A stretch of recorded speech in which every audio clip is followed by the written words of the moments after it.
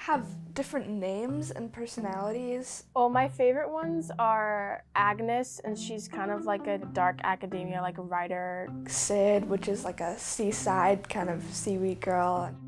And then there's Billy, who's like this cowboy, and then he's also like a drag queen, which I think is pretty cool. I follow a couple on Instagram. Yeah, a lot of them look really cool. None of these influencers are human. A tech startup called Leet develops AI-generated influencers that have real profiles on social media. And they're not the first to create so-called synthetic influencers. In 2016, another company introduced Lil Miquela, a computer-generated character who currently has 2.6 million followers on Instagram, and others have followed in her virtual footsteps.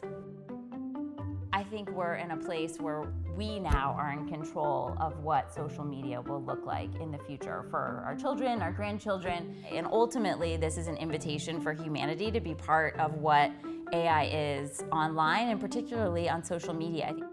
Leet currently has 50 entities, each designed to appeal to a different audience. In April, they plan to add another 50 to their roster. For us, we begin with a community that has a niche or specialized interest. From there, we develop an entity or a persona, personality, you can think of them that way. And we think about everything from how they might live their lives, where they reside, what does the room look like, what are their hobbies. But Leet's influencers are also being influenced by human users. So we have co-creators that help with actual entity development. So the virtual influencer themselves, what do they look, feel, move through the world like? But also, what is the content that they're putting forward? Earlier this year, a cohort of company family and friends helped test their concept using a Discord server.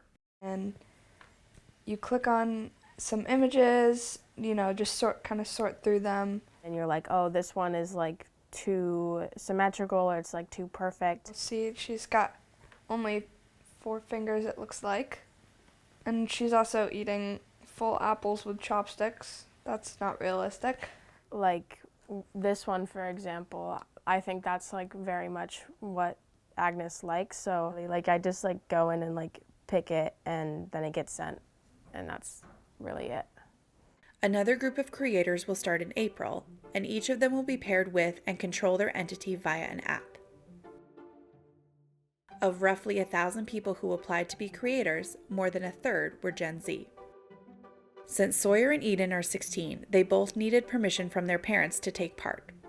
When I heard that she had become involved in a company that was developing creative within the AI industry, I thought that was really interesting. My concerns were, are they going to be safe? The other people in the program, who are they? Are they going to be vetted in some way? Are these teenagers just going to have AI at their fingertips and just do whatever they want with it? I think what it has done and will do is turn the consumption of AI into something that's much more active and she's involved with. Because they're an artistic person, they like new technology, and it just felt really fun. You want to make sure that your kids are being safe online and they have these experiences that are inclusive and these safe spaces. The company says that humans are involved at multiple points to moderate the creation process. For us, there's a lot on the front end that humans are involved, but we've also inserted points just for safety and moderation all along the way. So once someone creates something, it goes into a curation phase. So you have humans at both of those stages. And then there's the option to have a moderation phase. And so being early on and wanting to be very intentional about what content is published, we have 2 levels of moderation. Sawyer, Eden, and other users are paid for their work with the entities, and Leet is just one of many companies breaking into a field projected to be worth $125 billion by 2035. It's known as the digital human economy. In a 2023 study, more than half of a group of influencers polled said they were already using AI as part of their work, and 34% said they used it to generate images or video. Now that I've kind of familiarized myself with a lot of different AI images and what to kind of look for, it's easier to point out the kinds of things that AI gets confused about. AI stuff looks very filtery and very like way too perfect or way too weird to like be real. The makeup will look perfect and the lighting is perfect and the angle is perfect. Like that's not usually what happens in human photos. You know, you're just picking images that other people are going to see and compare themselves to.